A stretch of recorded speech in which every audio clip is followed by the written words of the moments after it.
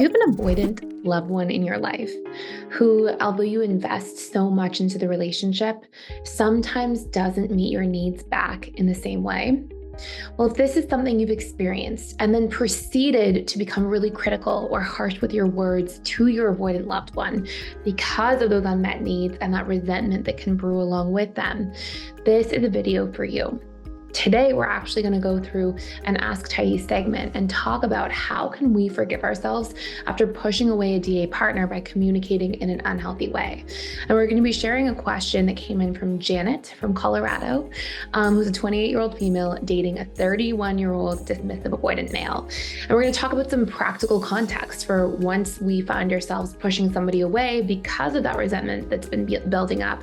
How can we heal the relationship, but also try our best to make sure that we're not in a relationship that feels one-sided to begin with, so we don't have to deal with this later on. So I'll start by just sharing an actual question here so you can see it that came out of a question we saw on our YouTube comments. If you do want your question answered, you can leave your question on our YouTube comments. We're going to do a little segment here. But this is from, and I'll play from this slide here. This is from Janet from Colorado. So she said, how can I forgive myself for pushing away my DA partner? She says, we've been together for 3 years and I have felt him shut down progressively over the past 1 year.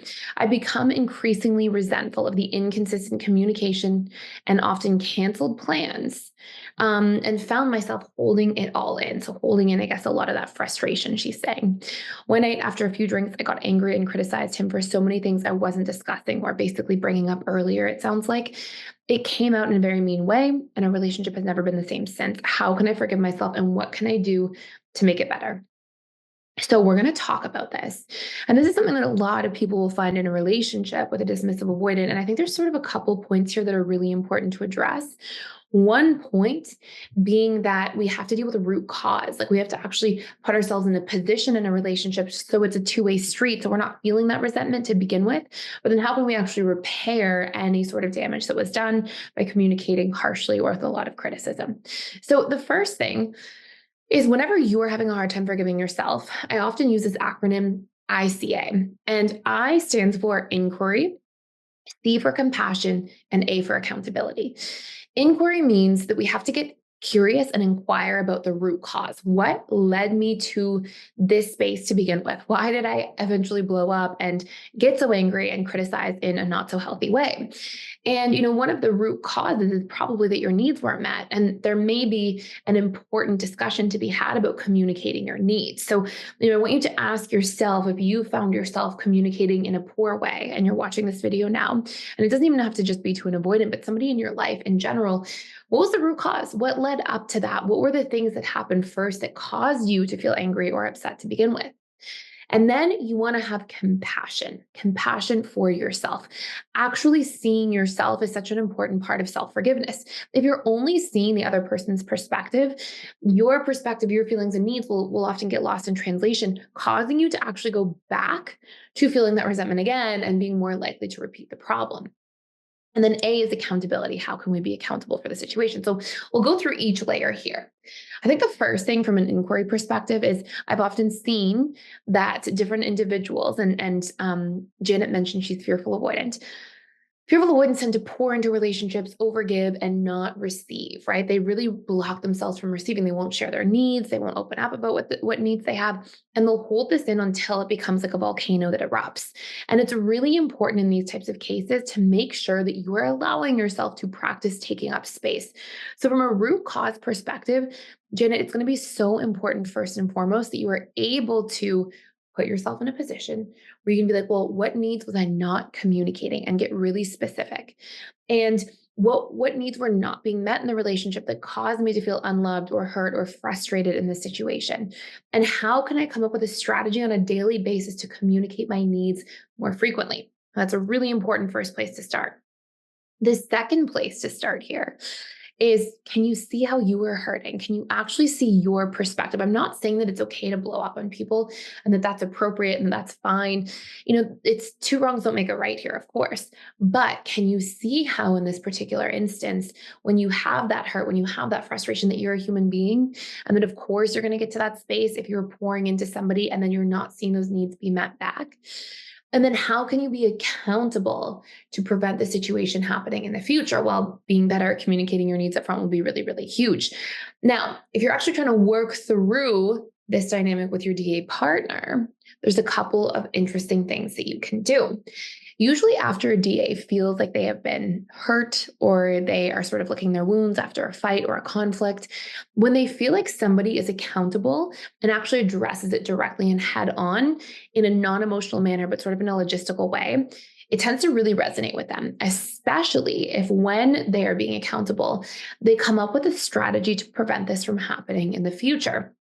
A really obvious example of this is if you find yourself in a position where you say, look, I want to just be accountable for how I communicated last week or whenever it might have been.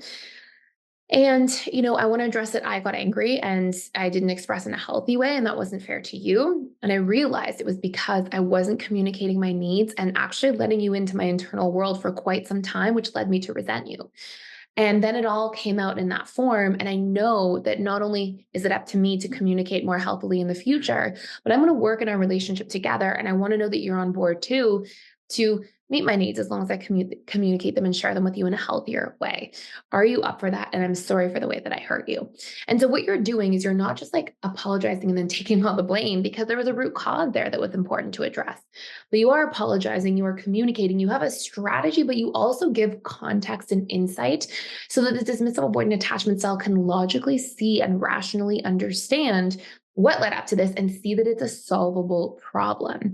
And this is where we will often see the needle really get to move.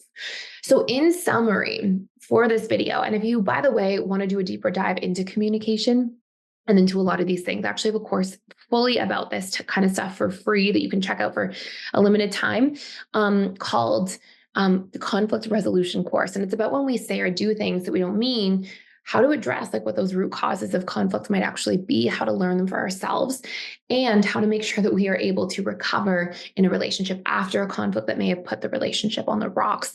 So I will link that down below fully for free just for a limited time. And in summary here, we have to be like, okay, if I'm having a hard time forgiving myself, I have to practice I.C.A, inquiry, compassion, accountability in the relationship to myself. And then from that, I want to make sure that I'm actually dealing with the root cause. The inquiry piece is like, where's the root cause? What led up to it? And I'm dealing with that.